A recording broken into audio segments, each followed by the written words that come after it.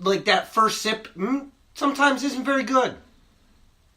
Not using the beer analogy, I think the reason they get thrust up to the top is because there are maybe 4 plays the entire season that they don't touch the ball. I understand that, but is the risk of this quarterback just because it's like, oh my God, we need a quarterback right now? Like, look at the Browns.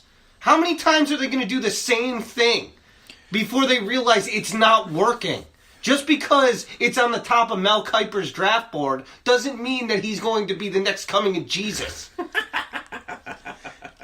I mean, we don't know. Josh Allen might be. Unlikely if he goes to Cleveland. It doesn't matter. LeBron James could go to Cleveland, and that team would be the worst team in the history of the NFL. LeBron James would probably make a decent quarterback for them. It would he'd be tight equal end to where they are. He'd be tight end. Well, they need a quarterback. Yeah, they've had 23 or so in the last few years. They might have one coming back. Johnny Football. Anyways, breaking news. Kawhi Leonard has been cleared to play, but Greg Popovich says he would be, quote-unquote, surprised if Kawhi Leonard comes back this season. Okay, no. To me, that means Kawhi Leonard's going to be leaving the Spurs. That's what I think is happening. All right. But anyways. Surprised, but I've been wrong before. Anyways, let's continue on. Was that your number 4 person, or were you just throwing that in my face? I was just throwing it out there. Okay. Who's got another person? I mean, he's higher on my personal list. Is another Jet? Do you have 5 Jets? No, I've got 2. I've got 2. Okay. And I'm pretty sure, since I gave the other one, that you might know who this one is. No? Give me a clue. Position. Defense. Sheldon Richardson. No, he wasn't. He's not top 5 disappointing. Mo Wilkerson? No, neither of them are. They were good for a time and then disappointed after. Who is it? Vernon Golston. Vernon Golston! Yeah. Yes! Oh, terrible! Mm-hmm. Vernon friggin' Golston. Oh, man, he's an Ohio State guy. Yeah. Yeah. He didn't pan out. No. No. No, he did not. Oh, man. Vernon Golston. Now, why? Just because he was terrible? Yeah, and he just, like... How do you go from being that dominant in college to not even being able to start on or even I don't even think he played in the league after like 3 seasons. I'll tell you how, because when you play in college, unless you're one of the top like 10%, the game speed is only like 75% of the way there. When you get to the NFL, everyone is top 10%. True. So you're not playing against, a bunch of Purdue scrubs or a bunch of Illinois scrubs. You're playing against Tom friggin' Brady. So that's how that happens. Tony, you got someone? Yes. Give me 1 second. Well, actually, you know what? I'll go with him anyway. Again, not in any particular order. Justin Blackmon. Justin Blackmon. Now, is his because of his arrests and his... It's just... To be drafted so high in the draft as a wide receiver and to consistently do things that would screw up your ability to be in the league and play, that's a busted pick. That's a waste of God-given talent because you're an idiot. Okay. I completely agree. I mean, it's not like he did anything on the field that made him not good. It's just every other choice he made in life made him not able to play football ever. What? He played how many games? Like 4?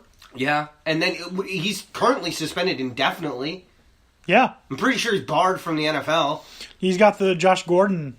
No, he didn't even get the Josh Gordon treatment. They were like, dude, you're just a disaster. And you're never going to play. You're not, just get out of here. So he's Pete Rosed. Yeah, I guess. You just have no career to work in a Chevy dealership.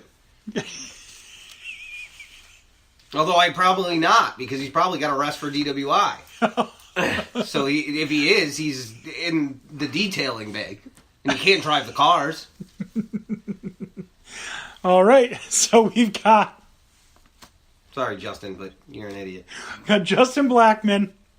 We've got Vernon Golston. And I forgot who I picked now. Felix Jones. All right, my number 3. And it's not that this person wasn't successful, because they were. Somewhat. Pick number 5 of the 2009 NFL Draft, quarterback out of University of Southern California, Mark Sanchez. Sanchez was very highly touted and scouted at USC. He was productive and even led the Jets to multiple AFC championship games. The reason I have him on this list is not because he doesn't have the talent, but because he will always be remembered for the butt fumble, and not the guy who took the Jets, to multiple AFC championship games. Yep. ESPN still does anniversaries of that. Yes, they it's do. It's the greatest They thing interview him on it, too. they've ever seen and will ever see. Again, what makes it amazing is the fact that he did nothing but run into the guy in front of him, lose the ball, and fall over. That's unreal. Like, I don't know if I can think of anything in sports more embarrassing than that moment. Embarrassing? Probably not. Stupid? Yes. I can give you an example of something dumber, which was just as bad. Deshaun Jackson, his rookie season against the Dallas Cowboys. He's got an easy, wide-open touchdown, and he sets the ball down before he gets in the end zone. I mean, Adam Pac-Man Jones picks it up. Cowboys get the ball on the Eagles one. The Cowboys one. That was stupid. I'll give you. I'll. Not as embarrassing, but just as bad. Yeah, it wasn't good.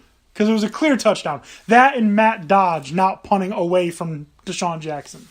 The only thing you win that game if you punt it out of bounds. The only thing I can compare that embarrassment to is that one time that John Daly shot like 18 on one freaking hole on national television, and he kept going. It's like, dude, at a certain point, pick up the ball. You're done. You're not going to win. You're certainly not in contention. I'm playing for pride. You're double whatever the guy is that's in front of you. At that point, it has to just be pure frustration. Like you're John yourself. Daly. Give the club to the caddy. Go get a beer. Okay, that's the only way your day's getting better. You want to know what else is embarrassing? Your comeback tour. It's about to start. You're coming back to action for the first time in months. Your name is Ronda Rousey, and you get knocked the F out. That was pretty bad, too. All right. So, my number 3, Mark Sanchez. Who's next? I can go. What you got? This one's probably higher on your guys' lists, because I'm sure he's on your list. Is it Tebow? No, that's not a bad one, but I knew he was gonna. Yeah, I didn't have high hopes for him. I didn't put him or Manziel on my list because I knew from the start that they were not gonna pan out, so I wasn't really okay. All right, yeah, I like your logic. I think we can both say that they were busts, but I didn't I put it on my list because that's Manziel's apparently trying to come back. By the way, I don't know. Yeah, that's nice. Oh yeah. No, he's sober. He's playing the spring league. It's the hashtag comeback SZN. Yep. Yeah. Okay. Hashtag comeback, I'll wait. Yeah. I guarantee, bless you, the person that I have at number 1, neither of you have on your list at all. Okay, can't wait. Guarantee it. My number 3, Ryan Leaf. Ryan Leaf, going with the classic. Yeah, it's a classic. Manning or Leaf? It is a classic though because he classically effed that up. And then drugs. He could not handle it, and he had I was watching parts of his 30 for 30, and it was fascinating. He's very open about it now. He's obviously a way better person than he was. Well, I mean, he finally grew the F up. Yeah. It was really cool to hear his perspective. Definitely check that out if you guys. You know what? Sorry to cut you off. No, I was done. But tell me if you think this is accurate or not. Johnny Manziel is the modern Ryan Leaf. Yeah, I could see that. Except I think Ryan Leaf was more of the prototypical and was even more of a bust because he was supposed to be, it was him and Peyton were supposed to be, almost interchangeable. They were the Andrew Luck, Robert Griffin. Well, we know who won that. Yeah. Ryan Leaf. He had free housing. In prison. All right. Who you got, Tony? My selection is going to be... I'm going to go back-to-back Giants here. Back-to-back Giants. The one is very recent. Eli Apple. Oh, yeah. God. Their Giants are going to release him. They should. Like, just straight up release him. Not even try and trade him. Who's going to pick him up? Yeah. Somebody very desperate Yep. for a backup. Because he's one interception. You've had a couple of tackles. But you've done... For a top 15 draft pick at cornerback, you have amounted to nothing what anybody thought you were going to. In typical Giants fashion, they pissed away that pick. To quote that one fan/heckler, Eli Apple, you're the third best Eli on this team, and there's only two of you. Yeah, well, exactly. Love that. And then Eli Apple's mom charged the fan. Well, he needs to... Maybe he has a rejuvenation somewhere else, and I'll be saying that's not the case for his career. But as far as busting for the pick that you were and the team that you were chosen by, you definitely deserve to be on this list in my opinion. It was a low stress job too. Like, you have Janoris Jenkins, Landon Collins, and Dominic Rodgers-Cromartie to cover up all of your faults. You had to be the fourth best guy on your defensive in the defensive backfield, where there are typically four guys, other than the nickel who comes in packages. And even when you had to be the nickel guy, you couldn't do that. His job description was literally just don't hold him.